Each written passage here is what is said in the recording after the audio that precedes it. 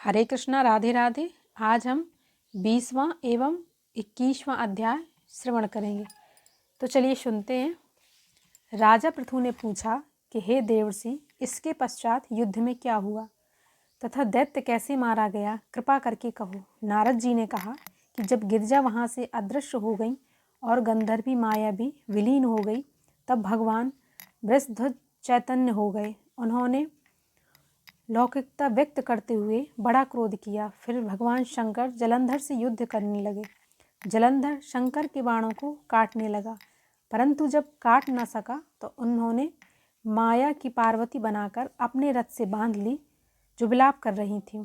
तब अपनी प्रिय पार्वती को इस तरह कष्ट में पड़ा देख के लौकिक लीला करते हुए शंकर जी सांसारिक जनों की तरह व्याकुल हो गए और उन्होंने अग्निपुंज की तरह भयंकर रौद्र रूप धारण कर लिया। उनके रौद्र रूप को देखकर कोई भी दैत्य उनके सामने खड़ा होने में समर्थ न हो सका। यहाँ तक कि शुंभ निशुंभ भी युद्ध में असमर्थ ही रहे। जलंधर की सारी माया क्षण भर में नष्ट हो गई। युद्ध में चारों ओर हाहाकार होने लगा। शिवजी ने उन भागते हुए शुंभ निशुंभ को शाप देकर बड़ी धिक्कार दी और कहा, तुम दोनों बड़े दुष्ट हो। तुमने मेरा बड़ा अपराध किया है। तुम पार्वती को मारते थे और अब युद्ध से भागते हो। भागने को मारना पाप है, इसलिए अब मैं तुम्हें नहीं मारूंगा, परंतु गौरी तुम्हें अवश्य मारेगी। शिवजी के ऐसा कहने पर समुद्रपुत्र जलंधर क्रोध में अग्नि के समान प्रज्वलित हो उठा। उसने शिवजी पर घोर बाण वर्षा करके धरती पर अंधकार कर दिया। तब दैत्य ऐसी दृष्टि देखकर शंकर जी बड़े क्रोधित हुए तथा उन्होंने अपने बनाए हुए सुदर्शन चक्र को चलाकर उनका सिर काट दिया।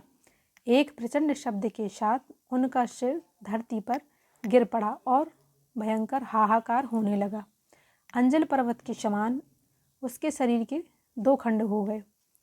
उसके रुधिर से संग्राम भूमि लाल हो गई, सारी धरती विहल हो गई। शिवजी की आज्ञा से उसका रक्त और मांस महागौरव में जाकर रक्त का कुंड हो गया तथा उसके शरीर का तेज निकलकर शंकर जी के शरीर में प्रवेश कर गया, जैसे कि वृंदा का तेज गौरी जी के शरीर में प्रवेश हुआ था।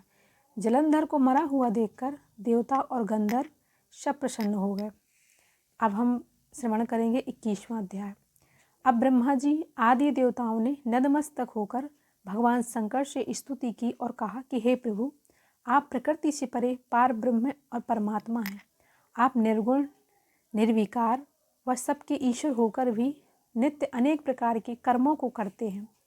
हे शंकर जी, हम सब ब्रह्मा आदि सब देवता आपके दास हैं। हे देवेश, हे शिव जी, आप प्रसन्न होकर हमारी रक्षा कीजिए। हे नाथ, हम आपकी प्रजा हैं तथा सदा आपकी शरण में रहते हैं।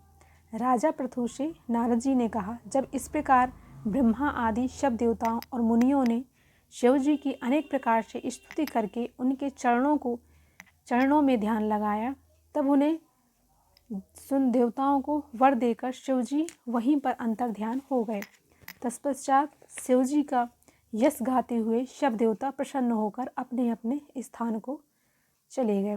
जलंधर का यह युद्ध चरित्र बड़ा पुण्यमय और सब पापों का नाश करने वाला है। यह शिव सुखदायक और महेश जी को भी आनंददायक है। जो इन दोनों कथाओं को पढ़ेगा व सुनेगा वह सुखों को भोगकर अंत में अमर पद को प्राप्त करेगा। तो यहाँ पे कथा समाप्त होती है। राधे राधे।